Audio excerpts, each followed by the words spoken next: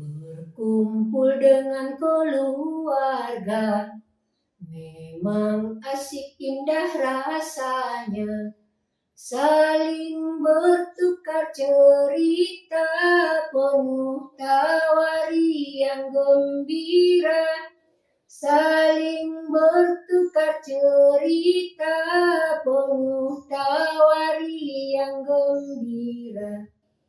Walau kini sudah terpisah, selalu tetap bisa bersama, menggunakan teknologi, saling sua bertatap muka, menggunakan teknologi, saling sua bertatap muka. Begitulah caranya kini, bisa mudah murah meriah, perkuat jalinan kasih sayang keluarga agar bahagia damai untuk selamanya. Perkuat jalinan kasih sayang keluarga agar bahagia damai untuk selamanya. Nomor satu keluarga, yang pertama dan utama. Harap jagalah dirimu dan keluarga agar tercapai cita-cita hidup mulia.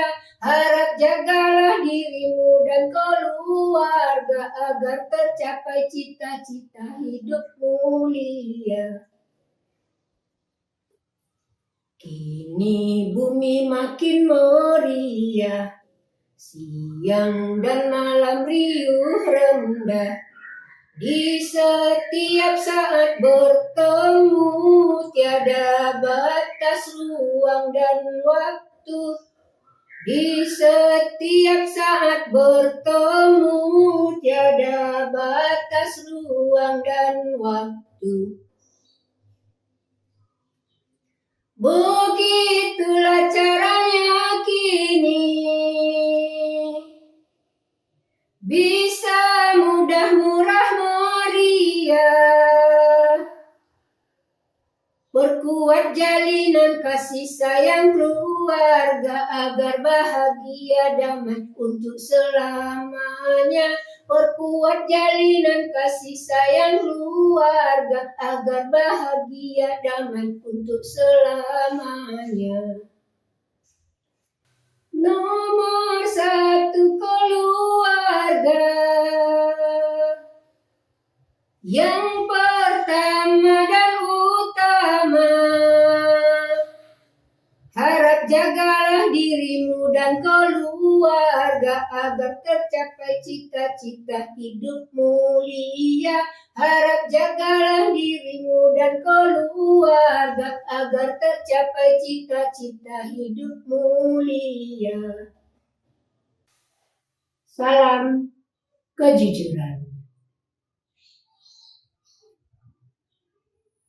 Semoga kita bisa berbuat dan berkata jujur dalam kehidupan sehari-hari, dimulai dari diri kita sendiri, keluarga, kita kumandangkan ke seluruh Indonesia dan ke seluruh dunia agar tercapai kehidupan makmur mulia baik di dunia maupun di akhirat. Dimulai dari diri sendiri dengan cara menyadari bahwa segala sesuatu berasal dari Allah, kembali kepada Allah, dan dipertanggungjawabkan.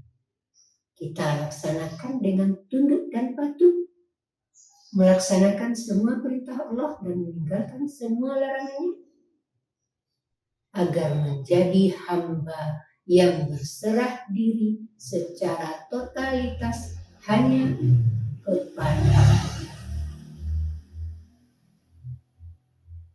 Syair tadi berjudul Kumpul Keluarga. berkumpul bersama keluarga dalam suka duka, sedih, senang, segala rasa dihadapi bersama, segala sesuatu ada masalah didiskusikan, diminta seluruh pendapat di antara warga, keluarga, lalu dicari solusi bersama-sama. Itu akan menjadi ikatan kuat antar sesama individu di dalam satu keluarga. Saling komunikasi, saling berdiskusi, menggunakan hak pendapat, berdemokrasi. Dari pihak orang tua diajarkan kepada anak, diawasi, dievaluasi cara berbicaranya, cara ngomongnya, cara mengungkapkan pendapat.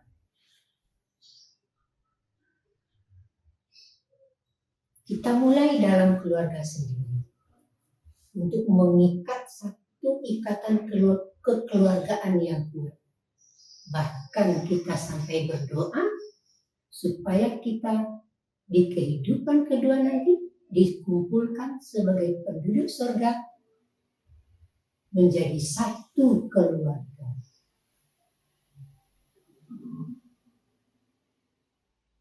Itu doa yang selalu kita kumandangkan, kita mohonkan kepada Allah setiap hari.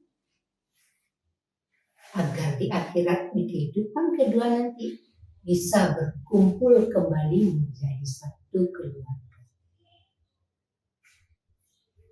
Kalau di bumi saja kita bisa melaksanakannya, memperhatikan, merawat keluarga, bekerja, berusaha, hasilnya untuk keluarga dinikmati bersama. Kurang lebihnya dimaklumi, didiskusikan, dibicarakan, dicari solusinya. Apapun bentuk persoalannya, kita selesaikan di dalam keluarga kita sendiri, karena kita yang lebih tahu persoalan, permasalahan apa yang kita hadapi. Bila anak sudah usia bisa diajak berdiskusi, kita diskusikan dengan anak. Kondisi ekonomi, kondisi kesehatan, kondisi pekerjaan, cita-cita anak, masa depan mereka, mau menjadi apa nanti dicita-citakan. Walaupun nanti di ujungnya, di saat dia mau kuliah, ternyata cita-citanya berbeda, tidak seperti yang dulu pernah dibicarakan. Bisa saja kondisi itu berubah. Namanya hati manusia. Allah Maha berkehendak membolak-balikkan hati. Keinginan hari ini belum tentu sesuai suatu saat seperti apa yang diinginkan pada saat sekarang. Bisa berubah. Penyebabnya bermacam-macam. Cita-cita ingin menjadi dokter si anak, berusaha untuk itu belajar. Tapi suatu saat pas harinya dia mau masuk kuliah di fakultas kedokteran, beberapa saat sebelum itu dibicarakan dengan keluarga, ada hal-hal tertentu yang membuat anak tidak jadi masuk di kedokteran. Mungkin kondisi ekonomi, karena biaya di kedokteran juga lebih besar dibandingkan yang bukan kedokteran mungkin, karena butuh alat-alat praktek. Dan setiap mahasiswa kedokteran harus memiliki alat yang demikian. Mungkin secara ekonomi, mungkin orang tuanya bisnisnya mulai menurun, atau hal-hal lain. Dan itu dalam keluarga kompak bersama, dimantapkan kan, dikuatkan hati anak. Nah, bagaimana kalau kamu kan ingin kedokteran, tapi kondisi keuangan kita tidak mencukupi untuk itu. Kira-kira menurutmu yang mana lagi yang akan kamu pilih? Kalau ngambil kedokteran, kondisi ekonomi kami tidak sanggup karena biayanya mahal. Kamu harus membeli alat-alat untuk praktek. Kalau ngambil di bidang hukum, bisa kamu bandingkan bidang hukum seberapa bukunya, atau ngambil bidang seni. Kalau seni mungkin seni musik butuh beli alat, tapi alat tentu bisa diperhitungkan seberapa musik mana yang kamu pilih. Kalau gitar, biola, atau drum mungkin bisa. Jadi didiskusikan, anak diajak sebelum menjatuhkan pilihan. Dilihat kemampuan anak, dia punya bakat apa, dilihat apa istilahnya, jurusan-jurusan yang akan dipilih dan masa depan dari masing-masing jurusan dipaparkan kepada anak. Ini fakultas kedokteran kelebihan dan kekurangannya ini, fakultas hukum kelebihan dan kekurangannya ini, fakultas ekonomi, jurusan bisnis, berbagai macam jurusan kelebihan dan kekurangannya begini. Kesenian, olahraga, apalagi, dan berbagai macam fakultas yang lain dipaparkan ke anak. Kamu mau pilih yang mana? Dan kemampuanmu seperti ini. Ini lebih kurangnya jurusan yang akan dipilih. Ini kemampuanmu secara kemampuan logika, kemampuan akademismu seperti ini, dan kemampuan ekonomi kami seperti ini. Diskusikan bersama, tetap bersama dalam keluarga. Kebersamaan itulah yang selalu membuat kita selalu dekat dengan anak, anak dekat dengan orang tua. Apapun persoalan yang dihadapi, walaupun dia kos di tempat lain karena kuliah, walaupun dia kos di tempat lain karena bekerja, selalu komunikasi dengan anak. Pagi ditanya, walaupun kita tahu namanya anak pasti sudah bangun, pasti sudah punya alarm sendiri. Bangun jam berapa, mandi jam berapa menit berangkat ke tempat kerja atau tempat kuliah sudah diperhitungkan. Tapi tetap kita, ayo sudah jam sekian bangun, besok nanti masuk pagi, nanti masuk kerja. Tetap kita sapa, sehingga selalu dekat dengan anak, anak juga dekat dengan orang tua, walaupun dia di tempat yang berbeda. Kenapa? Ada alat komunikasi. Kalau dibanding-banding zaman dulu, kita pakai surat, tulis surat dulu, 1 minggu nyampe, dia balas 1 minggu berikutnya, kan lama. Ini bisa terlaksana pada masa itu, terjadi, terlaksana, dan siapapun yang melakukan hal itu bisa. Tapi butuh waktu. Teknologinya adalah teknologi pengiriman surat berkas. Sekarang lebih gampang lagi, tinggal chat, ditulis, chat WA, atau di telepon, ngomong langsung, ayo gimana siang ini? Habis kuliah, mau beli makan apa? Kalau yang kerja, ayo siang cari makan apa nih? Buat tambah tenaga. Nanti kerja sampai jam sore, jam 4, jam 5. Jangan lupa sholat dulu, cuci muka biar seger. Sholat, makan, istirahat, kerja lagi. Tetap merasa dekat dengan anak karena selalu komunikasi. Satu keluarga, kita kompak dalam segala rasa, suka, duka, sedih, kecewa, dihadapi bersama, didiskusikan bersama. Dan itulah, kebersamaan itulah yang kita doakan selalu, baik di dunia maupun di akhirat, di kehidupan yang kedua. Bagi yang tidak punya anak, tidak apa-apa, suami istri. Ya Allah, belum Engkau kasih kami keturunan, begitulah takdirmu buat kami. Semoga kami suami istri dikumpulkan kembali di akhirat menjadi sepasang suami istri tetap di surga, menjadi penduduk surga. Satu keluarga, suami istri, itu satu keluarga, ditambah anak. Gak punya anak, gak apa-apa. So, kita dulu lahir juga tidak tahu dari orang tua yang mana. Orang tua juga tidak tahu akan punya anak seperti kita. Tapi ketika anak lahir kita rawat, kita ajari kejujuran, disiplin, kerja keras, kesetiaan. Kita tanamkan sejak dini untuk membentuk kesolidan satu keluarga. Komunikasi, berbicara, sering ngomong, ditanya-tanya persoalan lagi bermain, punya teman siapa, bagaimana pekerjaannya, lancar, aman, ada persoalan dengan pimpinan atau sesama teman sejawat. Ditanya.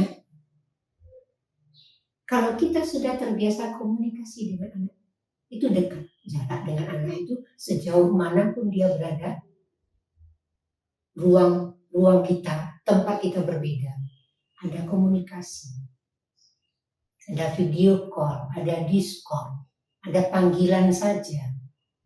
Kita tahu jam-jam kerja, jam-jam sibuk mereka. Tapi kan tahu juga jam istirahat. Secara normal istirahat, makan siang, sholat. Kita tanya.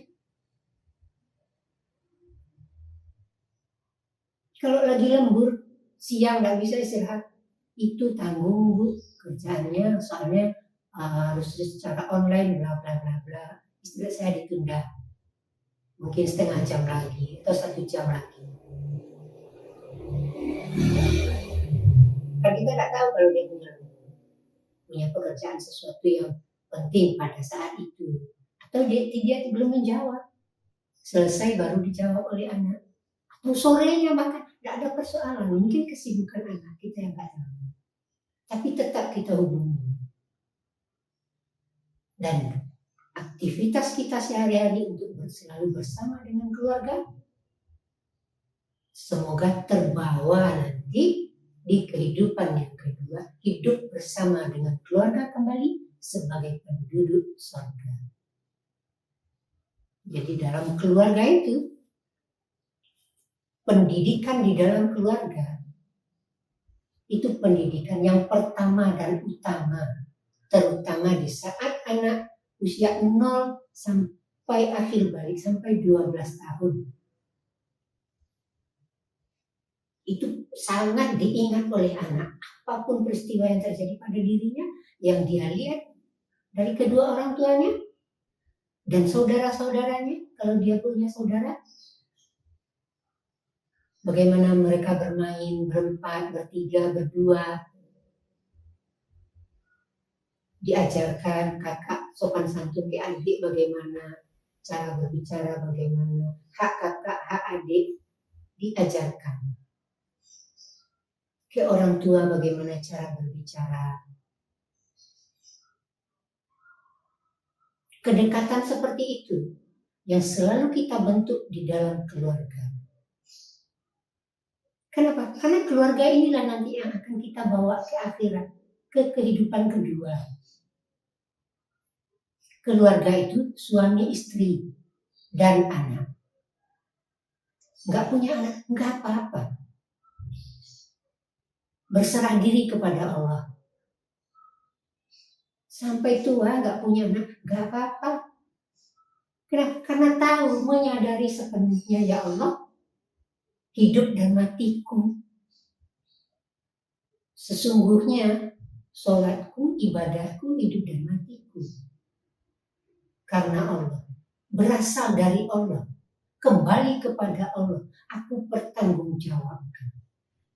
Dan aku mohon kepada Allah untuk dikumpulkan kembali sebagai satu keluarga di kehidupan kedua nanti sebagai penduduk surga. Nah, mari kita manfaatkan teknologi yang ada. Teknologi yang sudah tersedia untuk selalu terhubung dengan anak. Bersama selalu berkomunikasi. Menggunakan alat-alat komunikasi. Berbagai macam bentuknya, aplikasinya. Panggilan kah, Discord kah, video call kah, apalagi kemarin di musim-musim COVID itu banyak dipakai. Yang bisa menampilkan semua orang, semua karyawan yang kerja dari rumah. apa ya namanya sampai lupa. Seperti itu. Untuk keluarga, suka duka, senang bahagia, sedih, semuanya kita rasakan bersama, dihadapi bersama, didiskusikan bersama, dicari solusinya bersama, dan diaplikasikan solusi itu, dievaluasi bagaimana, ada yang perlu diperbaiki atau tidak. Itulah keluarga. Keluarga nomor 1. Pendidikan di dalam keluarga, pendidikan nomor 1. Nomor 1 dan yang utama. Pertama dan utama. Kenapa? Anak lahir pasti langsung dengan orang tuanya. Kalau dalam agama kita sampai akhir balik, rata-rata usia 12 tahun. Itulah masa-masa penting yang akan diingat oleh anak. Yang diajarkan oleh orang tuanya, yang dicontohkan oleh orang tuanya, ucapan-ucapannya, perbuatan-perbuatannya diperhatikan oleh anak. Setelah dewasa nanti, apa yang kita tanamkan kepada anak, dia praktekkan dalam kehidupan di masyarakat. Praktek pertama mungkin belajar di sekolah, jujur, disiplin, kerja keras, kesetiaan. Dia bekerja keras bisa kita lihat dari nilai rapornya, laporan guru. Disiplin, dia membuat tugas, berangkat tepat waktu, tidak pernah terlambat ke sekolah. Kerja kerasnya dari hasil yang diperoleh, dari nilai-nilai yang diberikan oleh guru. SD, SMP, SMA, kuliah juga begitu. Sampai di tingkat kuliah, ketika nilai terakhir, mungkin di situ kelihatanlah perbedaan setiap individu anak. Ada yang tamat 7 semester, lengkap dengan skripsinya, bahkan nilainya cum laude. Ada yang 7 semester nilainya sangat memuaskan, 7 semester memuaskan dan bervariasi. Ada yang 8 semester mungkin karena sesuatu hal. Semua menunjukkan jati dirinya. Orang tua mengawasi, menunjukkan, meluruskan. Ini loh caranya kuliah. Begini caranya. Kalau materimu ini silakan dicari. Kalau membuat skripsi, begini, ini dulu, buat proposal segala macam isi di dalamnya. Udah selesai, coba dicek. Kalau orang tua punya kemampuan di bidang yang seperti itu, dicek orang tua. Wah cocok nih, silakan masukkan ke dosen. Kalau tidak anak nih, coba kamu bandingkan dengan skripsi sebelumnya. Bagaimana kira-kira langkah-langkahnya sudah tepat belum? Kami kan tidak memahami urusan proposal. Membuat proposal memang seperti itu, tapi materi-materinya mungkin nanti kamu cari-cari sendiri. Jadi anak diberi semangat dan diberi ruang untuk berpikir. Ayo temui dosennya, mungkin lewat online kamu hubungi melalui telepon kalau ada kesulitan. Kesulitanmu apa? Begini. Coba ditanyakan. Namanya juga skripsi. Dan dosen pembimbing pasti bisa diberi jawaban. Mungkin hari ini dia sibuk, belum bisa menjawab chat tulisanmu. Mungkin besok bisa. Sabar, ditunggu. Sambil menunggu kamu cari data-data lain, materi-materi lain yang berkaitan dengan itu. Jadi begitu kita komunikasi dengan anak, memperkuat ikatan kekeluargaan. Dengan apalagi ada teknologi yang bisa online langsung face to face, bertatap muka melalui alat media. Oke, begitu syairnya. Pentingnya keluarga dan nilai-nilai karakteristik kebenaran yang ditanamkan di dalam keluarga untuk membentuk keluarga yang solid baik di dunia maupun di akhirat. Sekarang saya cobakan dengan musik. Saya mohon maaf kalau tadi suara saya tidak memadai, terus tempo dan dinamiknya saya yakin pasti banyak kekurangan. Walaupun misalnya ada kalimat-kalimat, nada dari lagu saya yang mungkin mirip dengan lagu yang lain, saya minta maaf. Karena nada itulah yang saya dapatkan. Itulah yang saya dapatkan ketika menuliskan syair ini. Lengkap dengan nadanya, kalau ada yang sama, saya minta maaf. Karena bukan niat saya untuk mencontoh atau untuk menyamakan dengan lagu orang lain. Tapi inilah syair dan nada yang saya dapat. Semoga bisa. Mati.